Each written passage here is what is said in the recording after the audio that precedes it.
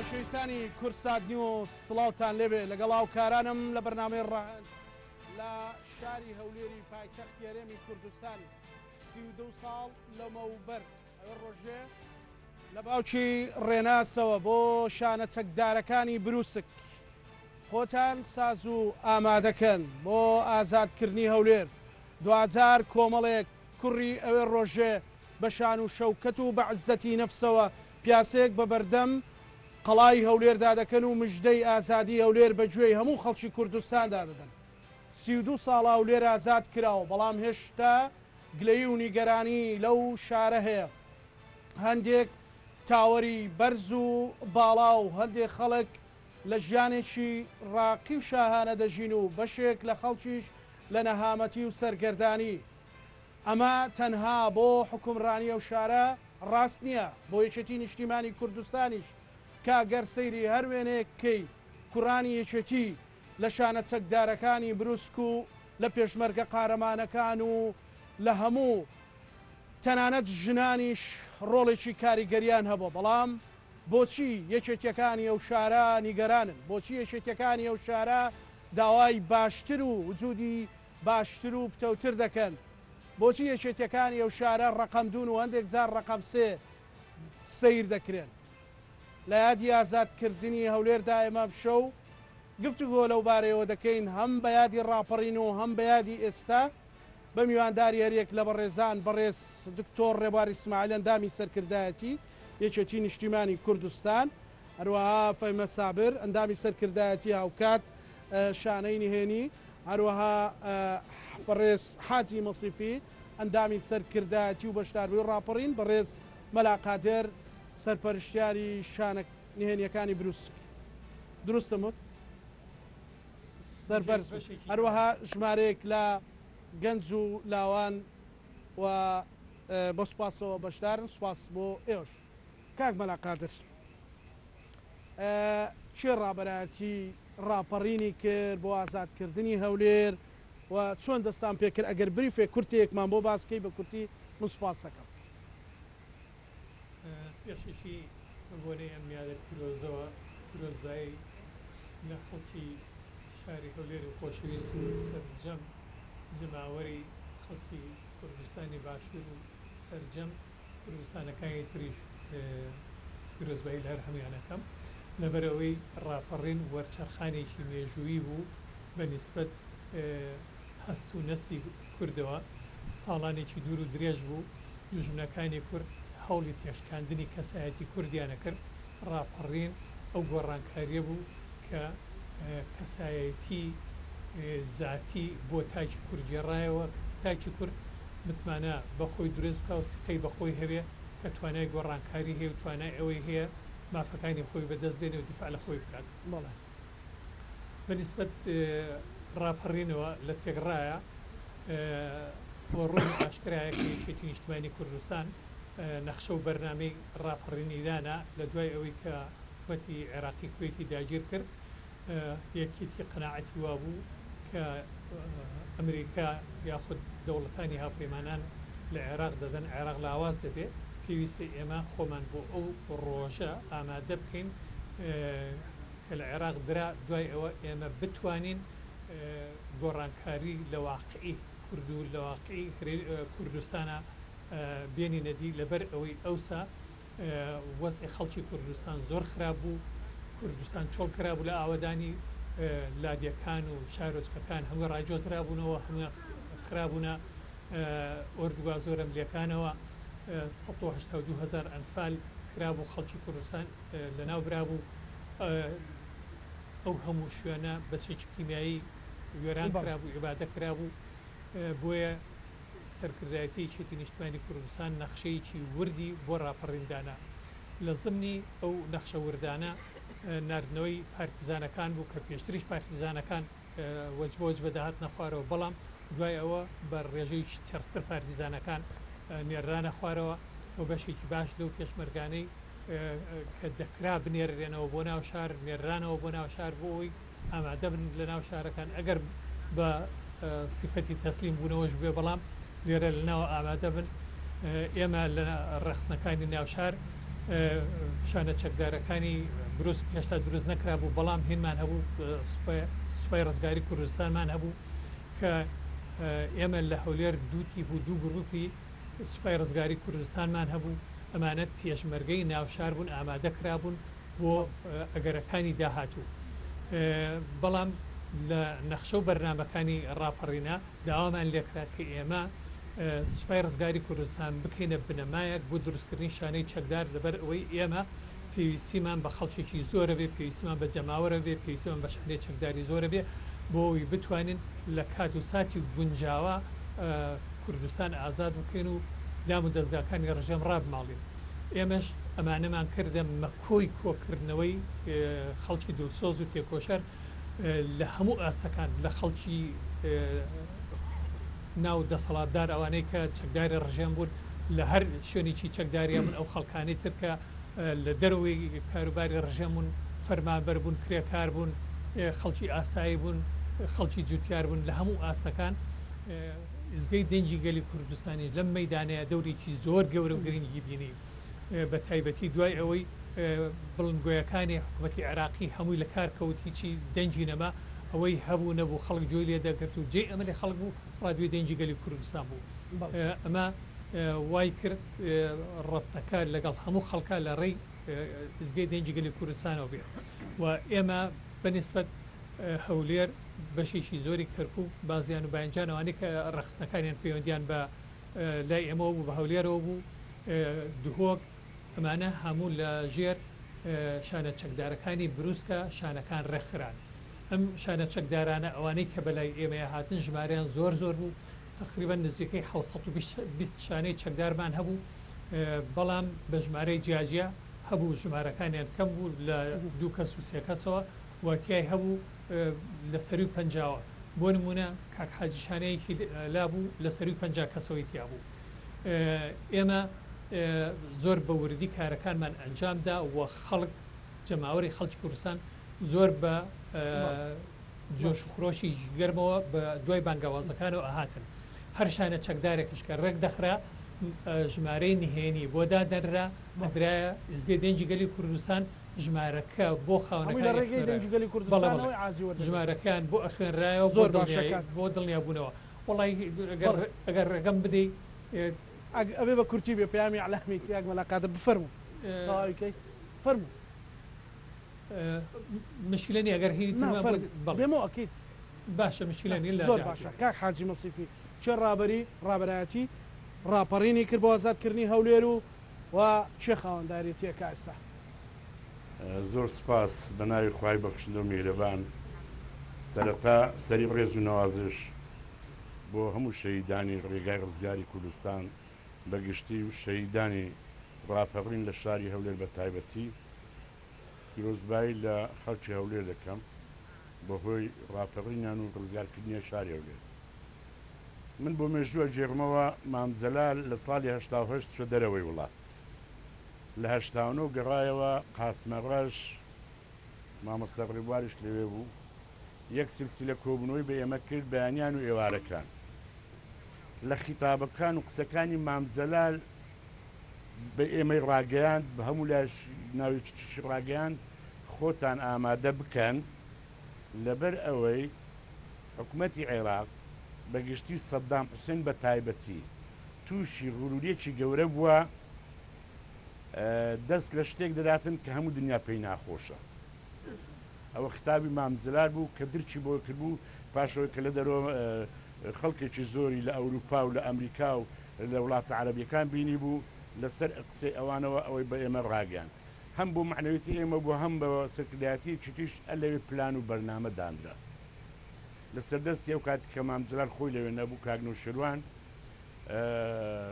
لە جێگای مامزەلال پلان و بەرنامەی ئەوەی داڕشت کە بەڕاستی دەرفەتێک دێتە پێشەوە ئێمە ئیستفادەی لێ بکەین وا بکەین پلان و بەرنامەیەک دابنین کۆمەڵانی خەڵکی کوردستانیش بەپێی ئەو هەلومەرج و زلوفەی کە دێتە پێشەوە ئیستفادەی لێ بکەین ئەوەی بەرنامە ڕێژیان کرد کە هەندێک حزب و لایەن و پێیان وابوو ئەوە خەونە و خەیاڵە قەت ئەوە ناکرێت بۆیان ژێڕام وڵای گوتم برادری سکرتێری حزبێک گوتبووی ئەو نەخشەی ئێوە داتان ڕشتواگەر بە پینتاگۆن بکرێتن پاشەوە کە و پلان و بەرنامە داڕژرا و پلان و بەرنامە داندا خوارەوە بۆیە ئەڵێ میلچەتی نیشتیمانی کوردستان ڕابەر و ڕێبەری ئەو ڕاپەڕینەیە لەبەر و کۆمەڵێک مستەمسەکی ڕسمی هەیە دیکۆمنتی ڕسمی هەیە کە یەکێتی خاوەنیتی یەکێتی بوو پێش ڕاپەڕین کاک مەلا قادری ئیشارەت کردا مەفرەزەی نادەوە دەوروبەری هەموو شارەکان ئەو هەولێرە 5-6 مەفرەزە لە دەوروبەری شارەکان بوو من خۆم چوم سەردانی هەمووانم کردووە شەی تەحسی کاوانی لە شەقڵاوە بوو کاک جەلال نزاغی لە بنەسڵاوە بوو شەید مەلا سلێمان لە بەحەرکە بوو کاک بڕهانی سەعید سۆفی لە دەوروبەری مەسیف بوو ئەوە دەلالەتی ئەوەی کە یەکێتی ڕابەر بوو یەکێتی ڕێبەر بوو بۆ ڕاپەڕاندی کۆمەڵانی خەڵکی کوردستان دوو دروستکردنی سرک و شانەی چەکداری بروسک گەواهی ئەوە دەداتن کە یەکێتی دەخەمی ئەوەدا بووە کە لە ناو شاریش هێزێکی چەکداری تۆکمە دروست بکاتن بۆی سبەینێکە کە تەوقیتەکە هات بتوانانی بەو هێزە چەکدارە هەدەفەکان بپێشێتن ئەو هێزەی ناو شاریش و لەگە هێزەکەی دەرۆشار بوون بە دوشتی معنەوی گەورە بۆی کۆمەڵانی خەڵکی کوردستان ئەو ترسیان لا بڕەوێتەوە کە هێزیان لەگەر نییە و بەڕاستی نابی ساکە و پیاوەتی هەندێکیش لە ئەوانەی کە لە پاڵ میری بوون چەکدار بوون بەڵام بەڕاستی کورتپەروەەر بوون لەو ڕۆژە بە تەنگ ئێمەوە هاتن بە هێزەکانیانەوە بەرچەکەکانیانەوە بە هەموو توانیانەوە پژگیریان کردین بۆی ئەو ڕاپەڕینی کە لە هەولێر بکرێتن سەر بکەوێتن ئەوە هەموو کۆمەڵێک عوامل بوو کۆمەڵێک هۆکار بوون کە هەموو یەکانگیر بوو متەکامل بوو ئەوەی ڕۆژێ لە ڕۆژی 11 سێ لەسەر ئەو پەیام و ئەو بروسکەی کە بەڕێز کاکۆسرەت ڕابەرایەتی گرتنی هەولێری لە شان بوو لە مەسیفەوە جابی بۆ ئێمەنات هەر کاتێک گوتم لە باوکی ڕێناسەوە بۆ شانە چەکدارەکانی بروسم لێتانەوە نزیک دەست بەکار بن ئێوە بۆ بەیانەکەی دەست بەکار دەبن ئەو بۆ ئەو شەوەی دە لە سەر 11 ئەم پەیامە لە ڕادیۆی دەنجی گەلی کوردستانەوە خوێندرایەوە ئێمەش بەیانەکەی کاژمێر 6 لەگەر مەجموعەیەک ئەو هەموو پێشمەرگە کۆنانەی کە لە ساڵی 1970 بەخۆی زروفێکی نالەباری ئەو کاتی لە ناو شار مابوونەوە هاتبوون و ناو شار هاتبوون و ناو شار بەڵام نەچوونە پاڵ شتی خراپ و داگەل دام و دەستگاکانی حکوومەت تێکەڵ نەببوون ئیسفادەیەکی زۆریان لێک لە هەموو ئەو هێزانە کۆکرانەوە هەموو ئاراستەکران ئەوە بوو لە 11 سێ هەولێر گڕی گرت و هەولێر ئازاد کرا گفتوگۆی زیاترەکەی ڕۆڵی ژنان لە ڕاپەڕینەکە لە حەماس دروستکردن لە هاوکاریکردنی براکانیان فەیمەخان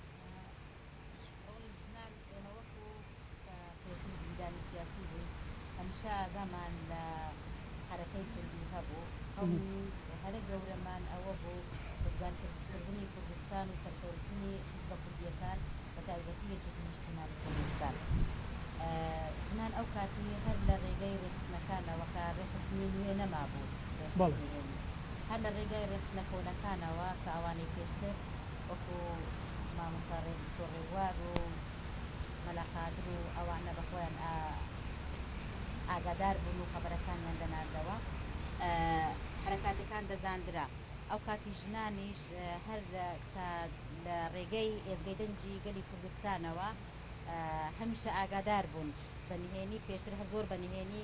ئێزگەی دەنجی کوردستانیان دەکردەوە بەڵام ئەو کاتی کە ئەو دوسێ ڕۆژەی بە تایبەتی لە سەرەتای مانجی سێوە زۆر بە ئاشکرا متابعەی ئێزگەی دەنجی گەلی کوردستان دەکرا بە تایبەتی کە زاندرا کە کاکۆسرەت لە مەسیفە بەرەو هەولێرە دێن خەڵکەکی یەکجار زۆر یعنی بە بێترس ئەو ڕۆژی هاتنە ڕژانە سەرجادەکان و هەم بە چەپلە ڕێزان هەم ئامادەی خۆیان دەربڕی دەستخۆش دکتۆر ڕاپەڕین چۆن بەرپا بوو لە هەولێر چۆن ئازاد کرا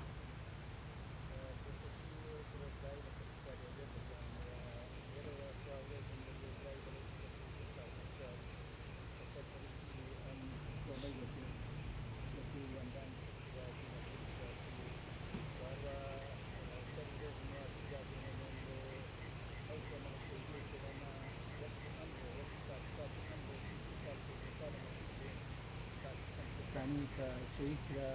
کاک ڕەحمان سەیدە کە شەهید کرا شەهید عەبدوڕەزاق کە شەهید کرا و کاک بەکرەسوور کە وەفاتی کرد و هەروەها لێرەوە سڵاو و ڕێزم هەیە بۆ مامۆستا سەیفەدین، بۆ بورهانی سەعید سۆفی، بۆ ملازم کەمال، بۆ هێرشی سخارە سەید مەجید و بۆ کاک فەیساڵ، بۆ مامۆستا خەتاب دیبەگەیی، هەروەها سەر نێز نوێش بۆ مەلانەجم کە ئەوانە ئەمە ئەو کوپۆڵە تێکۆشەرە کادیرە سەرکردایەتی یەکێتی نیشتیمانی کوردستان بووین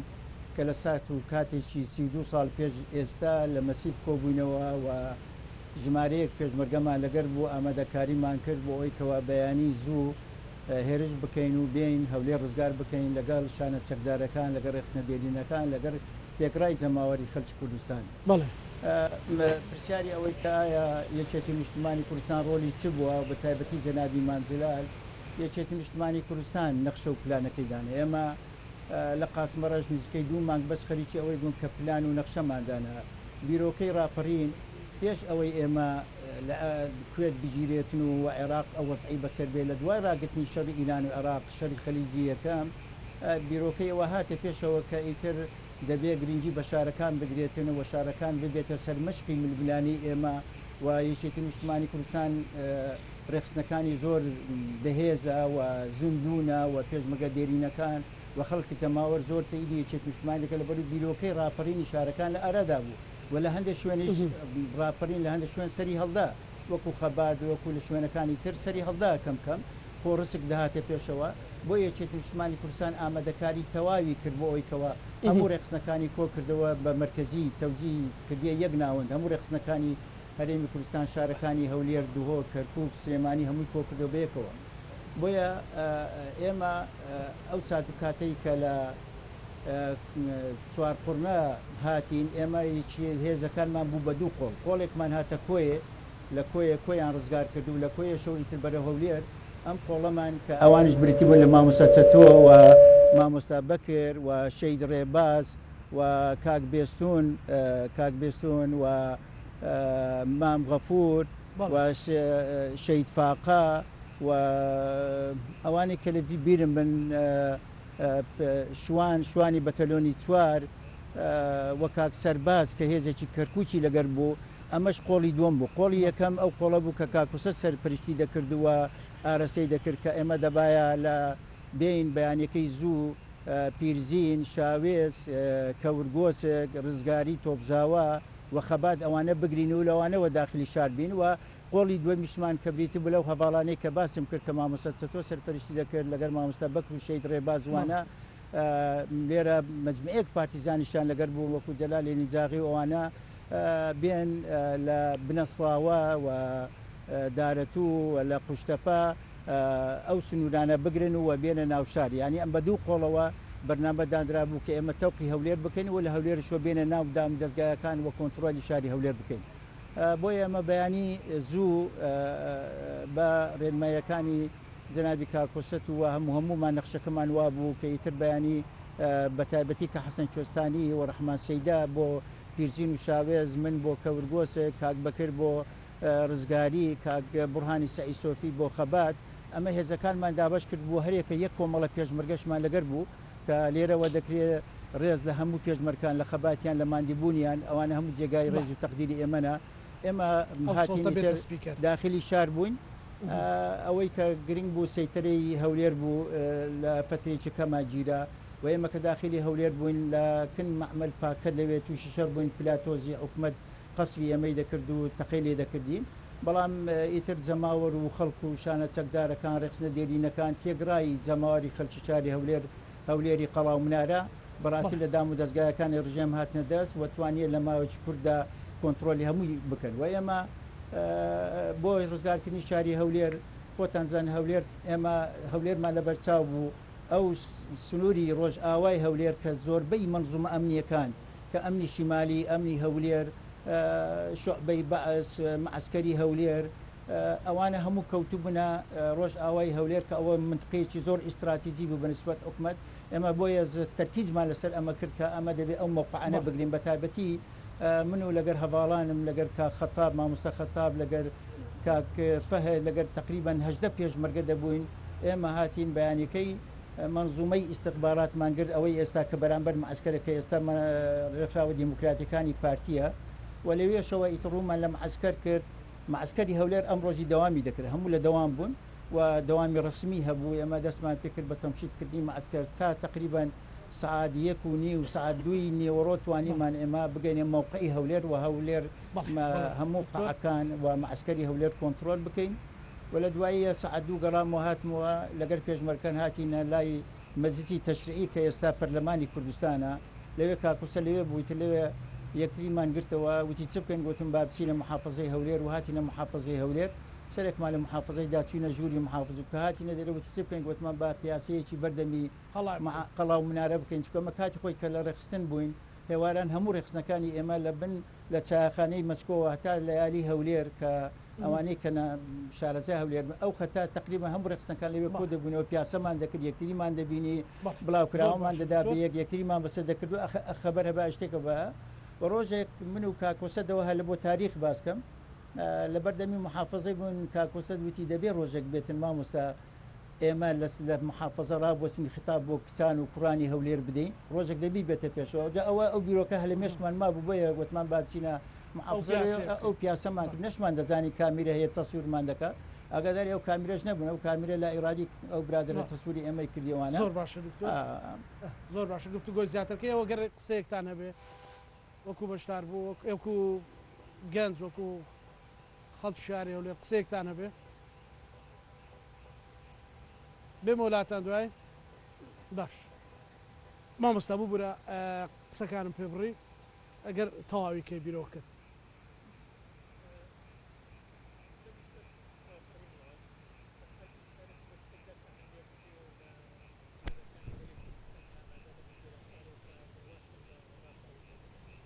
ئێمە لێرە لە ناو شارەوە هەموو شتێکمان ئامادە کرد بوو یەکێتی هێزەکانی خۆی تۆکمەوە ئامادە کرد بوو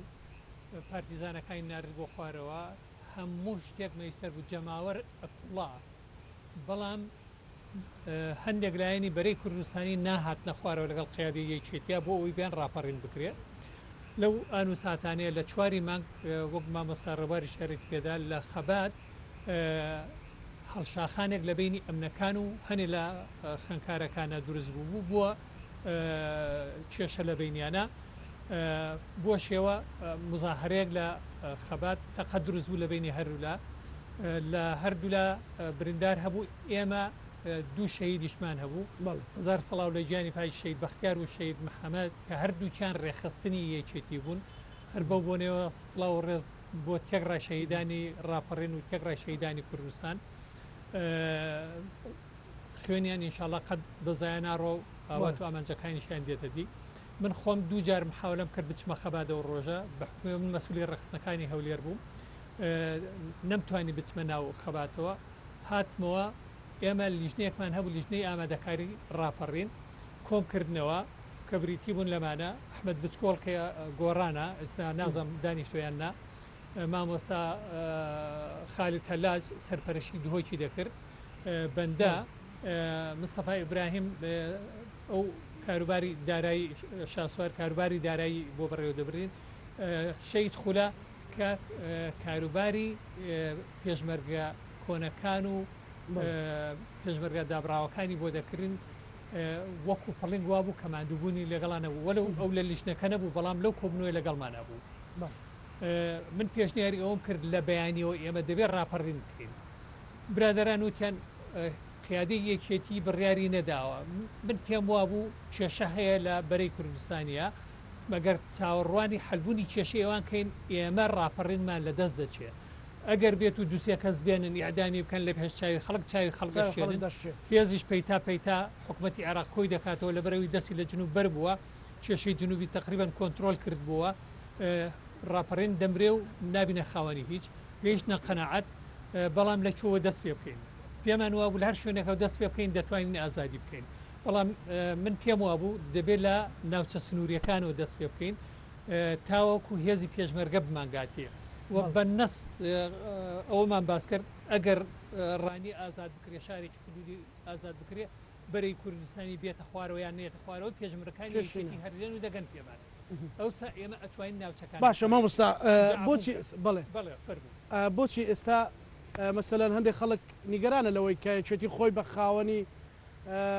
ڕاپەڕین دەزانێت ینی نیگەرانە لەوە یانی چێتی خۆی بە خاوەنی ڕاپەڕین دەزانێت ئەوەی نیگەرانە ئەتوانێت بێ بە دۆکیۆمنت وەسایقەکانی خۆی بخاتە ڕۆبزانێت چی هەیە چی نییە یەکێتی هەموو شتێکی بە دۆکیۆمنتە هەموو حقائقەکان مەوجودن کارکتەرەکان ئەوانەی شەهید نەبوو بێتن هەموو ماون وەسایقەکان هەمووی هەیە بۆ بەنسبەت شاری هەولێریشەوە چەندین حالەتی نەخوازراو هەبوو ئەو کاتە دوای ئەوەی کە وڵا بە ئەو فەقەڕێش باس بن ئێمە نەخشەکەمان وادانە یەکەم جار ڕاپەڕین ئازاد بکرێ شاری ڕانیە ئازاد بکرێ لەبەرەوەی نزیکە لە حدود و هێزی پێشمەرگە دەماگاتێت دووەم شوێن بازیان و باینجان ئەگەر بازیان و باینجانمان ئازاد کرد کەرکووک و سلێمانی لێکدا ئەبرن کەرکووک سلێمانیش ئامادەکاری کردووە ئەوانی سلێمانی ئازاد دەکەن و هێزی پێشمەرگەش دەیانگاتێ ئێمە بۆ ئەمە بەسە ئەحمەد بچکۆڵ لەگەڵ مامۆستا حەمەد ساڵح گەرسۆن کە ئەوسا تەڵبەی ماستەر بوو تەنزیمی خۆمان بوو بەڵام ئێستا پارتیە لادەیەکی هەبوو هەردووکیانمان نار بۆ ڕانیە لەبەر ئەحمەد بچکۆڵ خۆی سەرپەرشتی ڕێخستەکانی ڕانی دەکرد بۆ بەیانی ئەوان ڕانیە ئازادکەن ئەیوب پەرلەمانتاری گۆڕان بوو ئەویش سەرپەرشتی بازیانی دەکرد ئەوشمان نار بۆ بازیان بۆ ئەوەی لێ ئەگەر ڕانی ئازادکرا بازیانی ئازاد بکرێت نەخشەکە وەکو خۆی ڕۆیشت وەکو خۆی هات وەکو خۆی جێبەجێ بوو بێمە سەر باسی هەولێر چۆن ئازاد کرا چی کرا بۆ هەولێر ئێمەتی بێ پێم بڵێ سوپاسەکەم لە ڕۆژی هەشتی مانگ ڕەخسنەکان خۆمان لەگەڵ کاگنەدار ماڵێکی بۆ ئامادەکردین لە تەنزیمەکانی خۆی دانیشین تاوتوی هەموو کارەکانی ناوشارمان کرد هەموو شتێک ئۆکەی بوو هەموو شتێک مەزبوط بوو تر بڕێرماندا کە دەبێ بە زووترین کات هێزی پێشمەرگە بگاتەوە هەولێر بۆ ئەوی بتوانین هەولێر ئازادکەین و بیپارێزین بۆ بەیانەکەی بەیانی زوو من لەگەڵ مامۆستا جەبار شێخە و کاگنەدارە چوینە شەقڵاوە لای کاک تەحسین کاوانی کە بروستکە بکەین بۆ هین بۆ کاکۆسرە توان بێن بەڵام لەگەڵ چوونەکانی ئێمە و زۆری پێنەچوو شەید عەبدوڕەزاق و هێزێکی ترگەیشتە ناو کاوانیان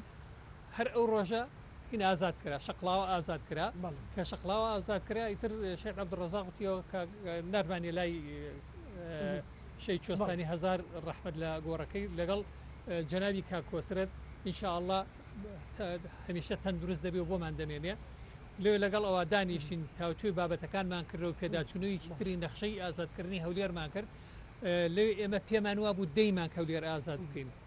کاک کۆسرەت گوتی ڕۆژی یانزەی مانگ ڕۆژێکی مێژوویە بۆ کورد بۆیە ئەیخینە یانزەی مانگەوە و ئەو نهێنێشی بۆ دانێنەوە بروسکەی کە کاک حاجی سەباز کرد هەر کاتێک بروسکەمان لێدا لە رادیۆی دەنجگەل کوردستانەوە لە باوکی ڕێناسە و بۆشانە چەکدارەکانی بروسک دەست بەکاربن ئەوە نیشانەیەوەی ئێمە لە نزیکتان و ئێوە شوێنەکانی خۆتان هەر ئەو شەوە دەگرن و هەر کەسە لە شوێنە خۆی دادەمەزرێ و دەست بەکارەکانی خۆتان دەکەن تر ئێمە گەڕانەوەکەمان بۆ ناو هەولێر زۆر زەحمەت بوو لەبەرەوەی کە شەقڵاوە ئازاد کرا حکوومەتی عێراق هەموو سەیتەرەکانی دەرەوەی داخست بەزیرێکی کاک نەدار هاتینەوە ناوشار بە طریقەیەکی جوانی بەکارهێنا توانی مامگەینەوە ناوشار ئەگەر فرسەتم دەیتێ لەم بۆنیا من ناکرێ ناوی هەندێ پاڵەوانی ئەو واقعانە نەهێنم لە ڕێخستەکان بە تایبەتی شەید دێدەوانە کاک سالارە ئەحمەد گەلە مامۆستا هەمزەیە مامۆستا دڵشادە لە پێشمەرگە کۆنەکان کاک کەریمە ڕەش بوو شەید جەوهەر بوو ئەوە کاک حاجی خۆی لێرە پیس بۆ ناکات دەست خۆش سپاس دەکەم دەست خۆش بێ کاک حاجی ئەوە جێڕانەوەکانی مامۆستا مەلا قادر و جەناب توفەی مەخان و دکتۆر سەلماندی کێچێتی ڕابەرایەتی کردووە بەڵام ئێستا بۆ بەو شێوەیە کە ئێوە مەسەلەن تەنانەت ڕەنگە بەشێک لەو گەنجانەی کە لە ڕێخستنەکانیشتانم قسە ناکەن یان خەڵکی ترتان ناتوانێت وەکو پێویست ڕەنگە بترسێ سبینێ ئەگەر مۆزەڤێ سزای بدەن ئێوە ڕاپەڕین تا خۆبەوە نەکرد مەسەلەن ڕەنگە چاوی لێ سوورکەنەوە ڕەنگە گەر کاسب بێت تەشقەڵی پێ بکەن بۆ خەتای خۆتانە یانە هەولێر ئازاد نەکراوە بەشێکی خەتای خۆمانە بەشش خەتای ئەوانن کە لە حکومڕانن کاک زانە ئێمە ڕاپەڕینمان کرد هەمومان خۆمان بۆ ڕۆژێکی زۆر ئەوە ئامادە کرد کە هەمومان بکوژرین نەمێنین ببینە خۆراکی ئەو میلەتە. یەکێتی نیشتیمانی کوردستان لە دەستپێکی خەباتی مێژوو بە مێژوو ساڵ بە ساڵوەرە بزانێت چ قوربانیشیدا لە پێنا ئەو میلەتە. ئەوەی ئێمەش کە کردمان بۆ میلەت ناکرد بۆ ئەوما کرد کە بەڕاستی سبەینە میلەتەکە لە سای ئەو ڕاپەڕینەکە پێشمەرگە و خەڵک خۆی کردوێتی خۆشگوزەران بژی بە ئازادی بژی دیموکراتیت هەبی حقوق و مافەکانی خۆی هەبیتن. بەڵام تێگەیشتن وردە وردە لایەنێکێک کە ئەمانە بەرەو ئاقارێکی خراپ دەبات. زۆرمان تەحمل کرد گوتمان بەرژەوەندی میلەت لە هەموو شتێک گەورەترە با تەحمل بکەین بۆ ئەوەی کە ئێمە بتوانین لە ڕێگای گفتوگۆ لە ڕێگای دیالۆگ بتوانین وردە وردە کێشەکانی خۆمان چارەسەر بکەین و حکومڕانیشی تەندروست بنیاد بنین. بەڵام بەرامبەرەکەمان بۆ شێو لە ئێمە نەگەیشت پێی وابوو ئێمە بە زیوی ترسنۆچین ناتوانین. تا ئەو شەڕێک کە ناوخۆیش دروست بوو خۆت ئاگاداری بچینە لەوەی کە چەند زەربێکی گەورەی لە یەکیتیدا. ئەوە شێک گولۆ سەبەبانەی کە بەڕاستی دیسان و کە کاریگەریشی زۆر کردە سەر پایتەختی هەولێر کە بە دەبابەی بەعز ژیراوە و هاتن دەسەڵاتیان بەهۆی ئەو هێزی عێراقیەوە پەیدا کرد لە هەولێرە. هەز ناکەی ڕاپەڕین لە سوێکی ئابوەستا دەستکەوتەکانی یان لێکەوتەکانی؟ ئەتوانم برێم بەشی زۆری چکە دیسانش کە هاتینەوە گفتوگۆ کە وەزعێکی تر هاتە ئاراوە پێشەوە بە نوعێک تەسەڕوفیان کرد لەو شارە قەنەعەت بکە یعنی شوێن نەبوو زیندان نەبیتن و خەڵکی یەکێتی تێدا نەبیتن. ئەوەندان خەڵک ئەزیەت و ئازاردا بە هەموو جۆرێک جاگرتن برسیکردن فەسلکردن ڕاوە دوونان ئەوەی بوو ئاکرا کردیان کە شتێکی زۆر ناخۆش بوو. بەڵام کە هاتینەوەش ئاژبووینەوە بەڵام بەڕاستی لەوێش گوناحێکی گەورە ئێمەی تیا بوو. وەکو ئێمە نابە خۆمان بە میێوان بزانین لەو شارە ئەبا خۆمان بە ساحێب بزانین. ئێمە هەولێرەمان ڕزگار کرد بەڵام نەهاتین وەکو ساحێبی شار معاملە بکەین، هاتین وەکو میێوان معاملەمان کرد. یعنی تێکەڵبوونەوەکەمان بەو شوێنە بوو کە بەڕاستی لە پەنای ئەو هەموو قوربانیەکە ئێمە لە ئەو میلەتەماندا لە باشە ئەگەر ئەوەی کاک حاجی مەسیفی ینی ئێستا هەز ناکەی خۆیان ئاعترافەکەم بەڕێزێک لە مەکتەبی سیاسی پارتی پێشڕوو ئەو زابط و ئەو کاربەدەستانەی بەعس لە ڕۆژگاری ڕاپەڕین کە کاک مەلا قادر باسی دەکا و کە بەڕێست و کە فەیمەخان و دکتۆر ڕێبات ئێستا بە مەدەنی لەو شارن هەر بەڕاستی و ئەوان ئەفزەڵتر و فەزڵیان زیاترە لەو شارە زۆر لەوان بەرزتر وەڵام دەیان خەڵک هەرە خراپەکەی سەردەمی بەعس ئێلا باڵەخانە و ڤێلان بۆ کڕاوە بە لەسەر بودجە و میزانی حکوومەتی هەرێمی کوردستانە. خۆ کابرای چێ عەلەوی پێێن خۆی اعتراف کرد کە عزە دووری ئەلێ لە باشترین کۆشک و باڵەخانەی بۆ گیراوە تێدا ژیاو تا نەماوە. بەدەیان و سەدان و هەزارانی ئەوانە کۆنە وەزیرەکانیان کۆنە بەحسیەکانیان هەموو لێرە لەو هەولێرە گڵدراونەتە بوورە. ئەوانەی کە دوێن و پێرێکە ئەنفالیان دژی کورد کرد چیمیا بارانیان لە دژی کولا کرد خەڵکی کولیان لە سێدارە ئەدا ئەمڕۆ ئەم شارە پڕ بووە لەوە. حقوقی ئەوان زامنە بەڵام حقوقی کەسێکی یەکێتی کە خاوەنی دایان شەهیدا زامن نییە، ناتوانێت تەعین بی، ناتوانی فەلاحەتی بکاتن بیری بۆ لێ نادرێت، خانووی بۆ ناکرێتن. یعنی ئەوانە کۆمەڵێک ئەوان بلن کە بەڕاستی وا کردی خەڵکی یەکێتی لەو شارە یعنی بێتاقەتیان کردووە. بەڵام ئەوانەی یەکێتی خۆڕاگرن، ینی بەڕاستی خۆڕاگرن لەو هەولێرە کە بەرامبەر ئەو هەموو زلم و جەور و ستەمەی کە لە هەموو لایەکەوە لایەنەکرێتن بەڵام تەحمل ئەەکەن. هیوادارم کاک مەلا قادر شانە چەکدارەکانی دروست کەیتەوە بۆ خەڵکی مەزلوم. وڵایەک تێمینی تر مەسەلا هەولێر گرتنی هەولێر فەرقێکی زۆر گەورەی هەبوو لەگەر سلێمانی و دۆکە چونکە کۆکراوەی هەموو هێزە خراپەکانی بەعس لەو هەولێرەی بوو و هێزیش ئاسانتر هێزی پشتیوانی دەگات. ڕێبواری شاری بە چێشتێکدا مەسەلە مدیریەتی ئەمنی عامە هەموو کوردستان لێرە بوو، مدیریەتی عامە استخبارات مەنزومەی استخباراتیش هەر لێرە بوو، فەیلقی پێنج لێرە بوو، فەیلقێکی گەورە ئەلەو شارە بوو، هەردوو مەجلیسە کارتۆنیەکەی تەشریعی تەنفیزی لەو شارە بوو. یعنی ئەو شارە پڕ بوو لە دام و دەستگای داپلۆسێنەر کە دایمە لە چاوسورکردنەوە لە ئەزیێدانی کۆمەڵانی خەڵک بوون. بەڵام خەڵکیش بەڕاستی کە پڕ بوو پەنجی خواردەوە تەقیەوە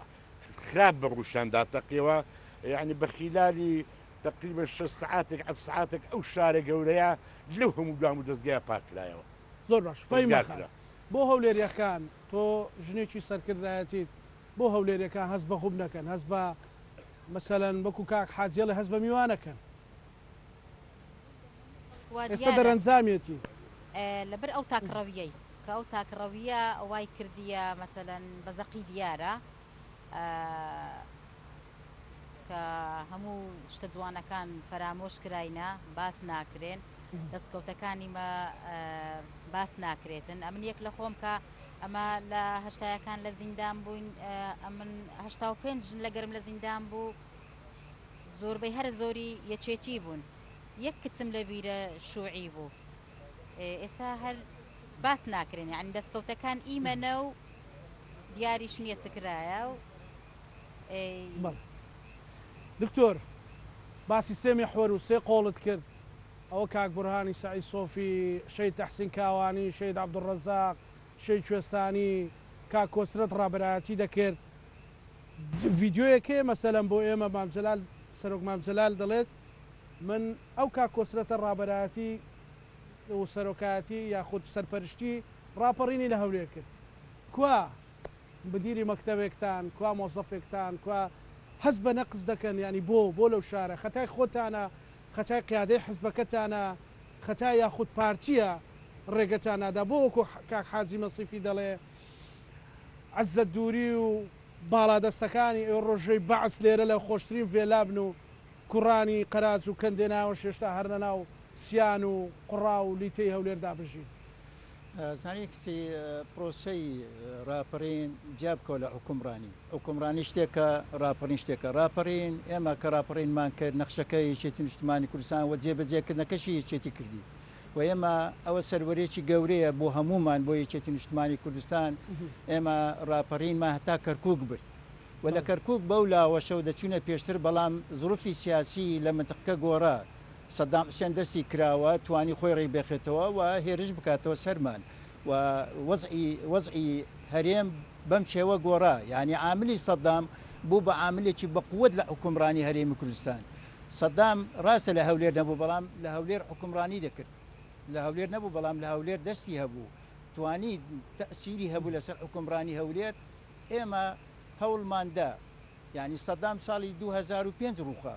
ئێمە لە نوتیەک ڕاپەڕینمان کردی، یعنی چەند ساڵ پاشەوی سەدام چاودێری ئەو سنوورەی دەکردوە، متابعی ئەم سنوورەی دەکردوە، لە سویەکی بەهێزەوە هاتەوە ناو هەولێرە لەوەی ئیسپات بکە کە حکومڕانی لەژێر چەتلی سەدام حوسێن دەبی بکرێتن، نەک لەژێر چەتلی پێشمەرگە و ئازادی و دیموکراسیدا بکرێتن. بۆیە ئەمە دووشتی زۆر لێک جیاوازن. بۆیە حکومڕانی لە حکومڕانی ئێمە هەتا سەدام حوسێن ڕووخا ئێمە ئەو ئازادیە لە ئارادا نەبوو. دائیمەن ئێمە بیرمان لەوەی دەکردەوە کە ڕۆژێک لە ڕۆژیان سەدام حوسێن بەخۆی هێزێک ڕەنگە هێرش بکاتەوە سەرمان و دووبارە بچینەوە قۆناغی پێشمەرگاتی و شەڕی پارتیزانی و ئەم قۆناغە بێتە پێشەوە. لە دوای ڕووخانی سەدام و بەرپاپوونی نظامێکی تازە لە عێراقدا یەکێتی نیشتیمانی کوردستان بەرنامەی وا بوو کە دەبێتن ئێمە بینای نظامێکی سیاسی دیموکراسی بکرێت لە هەرێمی کوردستان و بینایە دەبێ هەموو حیزبەکان تێدا بەشدار بن و بە ئینتیخابات بێ و بە شێوەیەکی دیموکراسی بەڕێوە بڕاتن. بەڵام بەداخەوە یعنی ئێستا مناقشە لەسەر ئەوەیە کە هەمواری یاسای هەڵبژاردن بکرێتن و پێکاتەکانی هەرێمی کوردستان بە شێوەیەکی ڕێکوپێک بەشداری حکومڕانی بکەن. ئێمە لە سەرەتای دەستپێکردنی حکومڕانی لە هەرێمی کوردستان کۆمەڵی خەلێلی واضح هەیە، کۆمەڵی خەلێل هەیە کە هەم بەغا دەور تەسیری تیا هەبووە، قوەی ئیقلیمی تیا دەوری تەسیری هەبووە و هەوڵ دراوە کە یەکێتی نیشتیمانی کوردستان دەستی کراوە نەبی لە بەرنامە سیاسەکەی، نەتوانی بەرنامە سیاسەکەی خۆی جێبەجێ بکاتن لە هەرێمی کوردستان. دائیمەن بربەستی بۆ دروست بووە، دائیمەن کۆچی سیاسی گەورە تهدیدی گەورەی لەسەر دروست بووە تهدیدی هەرشەی مان و نەمانی لەسەر بووە لیان نەگەڕایە کە یەکێتی نیشتمانی کوردستان بتوانێت ئەو بەرنامە سیاسی کە لە حکومڕانی هەیەتن جێبەجێ بکاتن پەرلەمان بتوانین مراقبەی حکوومەت بکاتن پەرلەمان بتوانانی وەزیر بگۆڕیتن سەرۆکی ئەنجومەنی وەزیران بگۆڕی حکومڕانی لە هەرێمی کوردستان تۆ وەرە ئێستا سەیری حکومڕانیەکەی بکاتن ئەو فتری کە یەکێتی و پارتی بە کۆمتا سیویەکی ئاب تۆزێ بوژانەوەی سیاسی هەبوو بەڵام لە دوای سیوێکی ئاب بژانەوەی سیاسی لە هەرێمی کوردستان نەما حکومڕانی لە هەرێمی کوردستان بوو بە شکلێکی تایبەی وەگرت زۆنی زەرد پیا بوو زۆنی سەوز پیا بوو ئەم زۆنە نیشانەی ئەوەیە کە دوو ئاراستەی جیاواز لە ئارادا هەبوو لە هەرێمی کوردستان کە حکومڕانی بکاتن بەداخەوە تاکو ئێستا هەم وەزعی سیاسی هەرێمی کوردستان وەزعی ناوچەکەش نەگەیشتە ئاستی ئەوەی کەوا ئێمە بتوانین معالەجەی ئەم وەزعی سیاسی هەرێمی کوردستان حکومڕانێکی سەلیم شەفاف لە کۆکردنەوەی داهات لە مەسلەی نەفتە لە مەسلەی هێزی پێشمەرگەیە لە هەمووی ئێمە کۆچمان لەبەر دروستبوو نەمانتوانە هێزی پێشمەرگای ڕێک بخینەوە هێزی پێشمەرگای یەک بگرێتەوە نەمانتوانی داهاتی هەرێمی کوردستان بە شێوەیەکی ڕێکوپێک دروستکەوە یعنی دائیمەن ئێمە لە بەردەمی هەڕەشەینە لە بەردەمی هەڕەشەی شڕی ناوەخۆ لە بەردەمی هەڕەشەی هێرشکردنی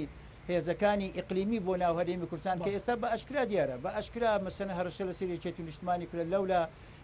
هێزی بێگانە داخلی هەرێمی کوردستان لەولا هێزی بێگانە داخل لە بیدەتە پێشەوە لەم لایەوە هێرش دەکرێت لە هەموو لایەکەوە هەڕەشە لەسەر هەرێمی کوردستان یەکەم ئەزمونە سەر نەکەوێت تێک بشێتن بگەڕێتەوە بۆ دواوە ئەمە یەکاتە ئەوەیە کە لە پامەکەی ئەمڕۆی کا کۆچرە دەڵێ پێویستمان بە پێداچوونەوە ئێمە لە قۆناغەکی زۆر ناسکدانە یەکێتی نیشتمانی کوردستان بە تایبەتی ینی لە دوای نەخۆشکەوتنی جەنابی مام جەلال و ئیتر ماوەشی زۆر یەکێتی نیشتمانی کوردستان هەندێک کێشەی ناوە خۆمان هەبوو بەڵام ئێستا خۆشبەختانە تقریبان لەم قۆناغە تێپەڕین بەڵام لەگەر ئەوەشدا ئێمە بربەستی گەورە لە ئارەدایە لە ڕووی سیاسیەوە لە ڕووی عسکەریەوە لە ڕووی ئەمنیەوە بربەستی گەورە لە ئارەدایە ڕەنگە ئەوەندە دەرفەت بە یەکێتی نەدرێتن یەکێتی بتوانین ئەو کێشانەی کە لە هەولێر هەیە مثلەن هەولێر سەیری کە هەولێر دابەش بە دوو بەش بەشێک کە زۆنێکە پێی دێنە زۆنی ناوچەی زێڕین هەمویان بۆ خۆیان داگیر کردو ئەوە هەمووی بوویتە ئیمارە بوویتە شقە و ناوچەکانی تریش هەمووی فەقیر و هەمووی هەژار و هەمووی یعنی بەبێ خەدەمات کمایەتەوە لەوری ینی بە ئاشکرا هەولێر دابش کرایە مسەلسێکیان دروست کردێ بۆ خۆیان ئەمە بۆ خۆیان تیجارەتی تیا دەکەن باقی تریش هەمووی بەبێ ئەوەی کە بەبێ ناز بەخێو دەکرێتن و ئێمە هەر ئێمەنینە بڕۆ لە دووەچی جووە ڕەنگە لە شوێنەکانی کە جوابی لە شوێنەکانش کە حکومڕانی ئەوە ساڵەکانی مەدەنی سەیری کە دەگیرێن لەسەر کۆمنتە خەڵک دەگیرێ لەسەر کۆمنتە خەڵک دەگیرێت ئەو بەرهەمی ڕاپەڕی ئەوە ڕاپەڕین شتێکی پیرۆز بوو ڕاپەڕی قۆناغێکی تازەی بەرهەمەکانیان تێکدا یەکێتی نیشتمانی سەرکردەی ڕاپەڕینی کرد زۆر باشە دکتۆر سوپاس دەکەم فەرموو بەڕێستان مایکە نزیکە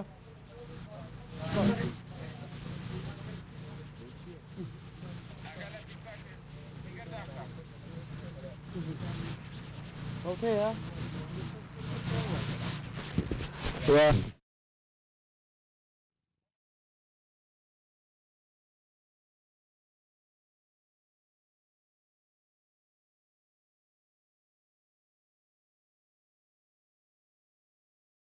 بەڕاستی ئەو قارەمانە نەبوون ئەو هەڤاڵانە بوون کە هەولێریان ڕزگار کرد ئەو پێشمەرگە قارەمانانە و چاو لە ترسانەی یەکێتی نیشتیمانی کوردستان بوون بە سەرپەرشتی هەڤاڵی خۆشەویست کا کۆسرێت کە هەولێر ئازادکرا ئەوەی ئێستا کە دەگۆزرێت لە شاری هەولێر کە ڕوو دەداتن معنەی یەکێتەکان ڕقم دوژنی لە بەڕاستی سە لە هەولێرێ ڕقم سێ دەبی ئەمە ئێستا بە ڕقم سێ مەمنون بین بەداخەوە هیوادارم بەداداچون بکەن لایکەنەوە سپاس بەڕێزی شتر قساکە بەڵێ مایکت نزیکە نوازش بۆ شەهیدانی ڕێگای ڕزگاری کوردستان و یەکێتی نیشتمانی کوردستان بە تایبەت دادگەن زۆر بەداخەوە بەروبوونی ڕاپەڕین خەڵکانێکی تر دەیخوا زۆر بەداخەوە ئەوەندە دەگەن زیاتر نا بڵم زۆر بیندارە لەبەر ئەوەی بەڕاستی هەست بە ئازاد دەکەین هەست بە ژیان ناکەین هەست بە چۆن بڵێ لە ستونگەکبی دەست و قاتی پێت هەم بەسابیتەوە دەتوانی بەزاری هیچ نەی سپاس دەست خۆش کەستر قساکە دەست خۆش بێ دەستان خۆش بێ سپاس کاک مەلاقادر بە کورتی پێم بڵێ ئەوەی کا کۆچرێت لە بەیاننامەکەی بڕۆیان دەڵێ پێویستمان بە خۆداچوونەوەی ئەو بە خۆداچوونەوەیە بە خێرایی دەبێت چۆن بێ ئەگەر بە کورتی بێ سوپاس دەکەم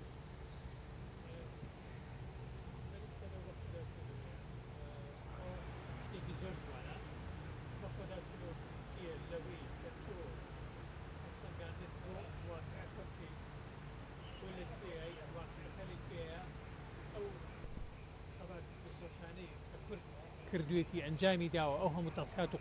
قوربانەی کە کورد داوێتی ئایا هەدەفەکانی پێکاوە ڕاستە ڕاپەڕین کراوە ڕاستە دوژمن ڕاماڵدرا و دەرکراوە دەرنرا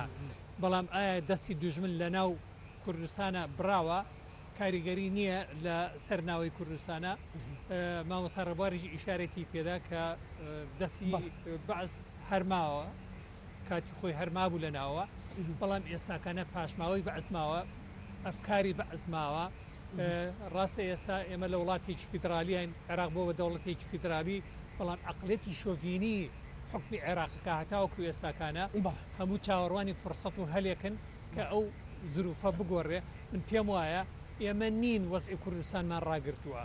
نەیەکێتی و نەپارتی و نە حکومەتی هەرێمە ئەمە سیاسەتە جیهانیەکەیە هەرێمی ڕاگرتووە گۆڕانکاریەکی سلبی بەسەر هەرێما بێ من پێم وایە عێراق لەگەڵ چۆن لە دوای ڕفراندۆمەکە پەلاماری داین و ئەگەر ڕایان نەگرتایە لە خەتی 36 بۆ شوێنەکانی تری دەهات و ناوەستایە ئێستاش ئەگەر مەسەلە نێودەوڵەتیەکە نەبێ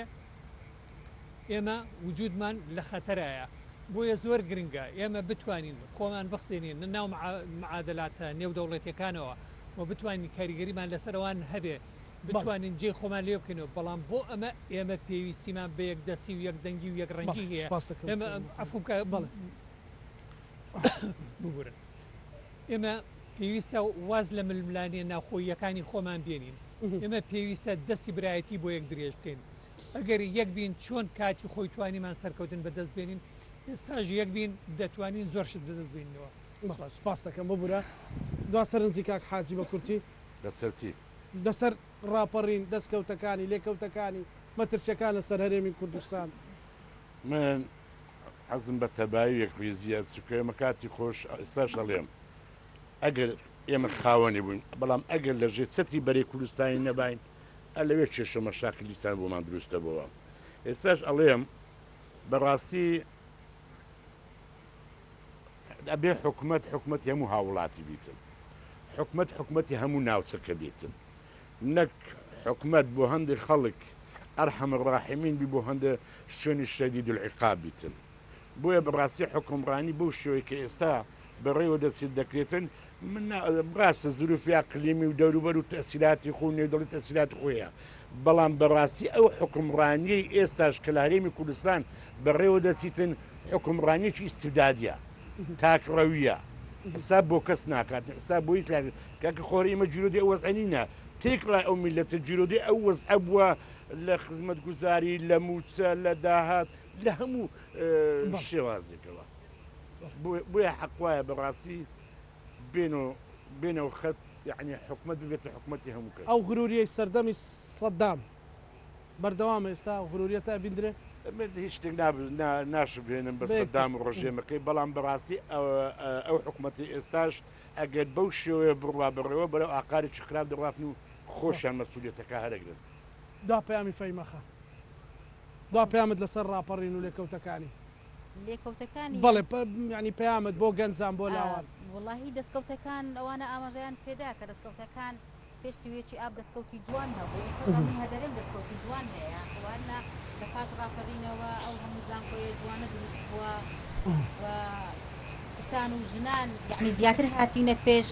لە هەموو حیزبەکان زیاتر هاتینە پێش و دەستکەوت هەیە بەڵام ئەگەر تاکڕەویەکە لێ بگەڕێتن دەست خۆش بەڕێز دکتۆر چێتی نیشتمانی کوردستان هەوڵ دەدەین ڕوتی ئەو حکومڕانیە لە هەرێمی کوردستان گەشە بکە بژێتە پێشەوە چاتر بیتن باشتر بی لە مەسەلەی داهاتە لە مەسەلەی دیموکراسیەتە لە مەسەلەی هێزی پێشمەرگەیە